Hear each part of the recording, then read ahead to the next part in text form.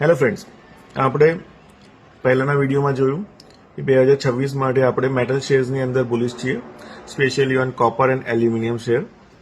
સો આપણે સૌ જાણીએ છીએ કે ગોલ્ડ અને સિલ્વરે પોતાની અલગ જ રેલી બતાવી દીધી છે.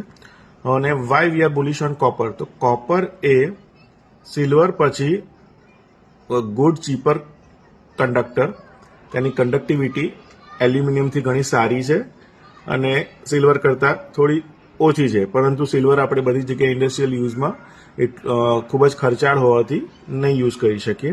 હવે કોપરનો યુઝ ડે બાય ડે બધા સેગમેન્ટની અંદર ખૂબ જ એક્સપોનેન્શિયલ રીતે વધી રહ્યો છે.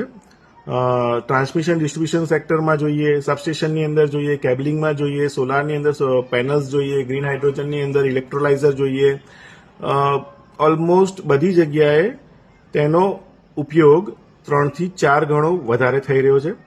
સાથે જોઈએ કે ઇન્ડિયાની અંદર 2030 સુધીની અંદર 500 ગીગાવોટનો જે ટાર્ગેટ છે એ ટાર્ગેટ અચીવ કરવા માટે કોપર એ ખૂબ જ એસેન્શિયલ છે. ઇલેક્ટ્રિકલ વેહિકલ સેગમેન્ટની અંદર જોઈએ તો જે નોર્મલ ઇન્ટરનલ કમ્બશન એન્જિન છે તેના કરતાં 3 થી 4 ગણું કોપર ઈવી વેહિકલ્સ અને ઈવી બસીસની અંદર યુઝ થાય છે. બેટરીની અંદર, ચાર્જિંગ સ્ટેશનની અંદર, ચાર્જિંગ ઇન્ફ્રાસ્ટ્રક્ચરની અંદર બધી જ જગ્યાએ કોપરની ડિમાન્ડ એકદમ હાઈ રહેવાની છે. એ સિવાય તમે એઆઈ, ક્લાઉડ, ડેટા સ્ટોરેજની જે મોટી થીમ આપણે સાંભળી રહ્યા છીએ, એક જુદો જુદો ડેટા એ સ્ટોર કરવા માટે તેના જે ડેટા સેન્ટર બનશે, ડેટા સેન્ટરના કુલિંગ, કેબલિંગ અને કુલિંગ માટે કોપર ખૂબ જ એસેન્શિયલ છે. ટ્રાન્સફોર્મરની અંદર કોપર જરૂરી છે. Copper, in short, copper is new gold. હવે કોપરમાં નિવેશ કઈ રીતે કરવું?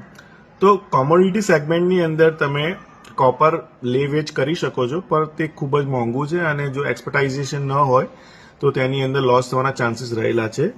તો પીએસયુ સેક્ટરની અંદર હિન્દુસ્તાન કોપર નામની એક કંપની છે, તે ખૂબ જ સારી વેલ્યુએશન અને ટેકનિકલ ચાર્ટ પર અવેલેબલ છે. તેની અંદર તમે તમારા ફાઇનાન્શિયલ એડવાઇઝરના સપોર્ટથી નિવેશ કરી શકો છો. Thank you.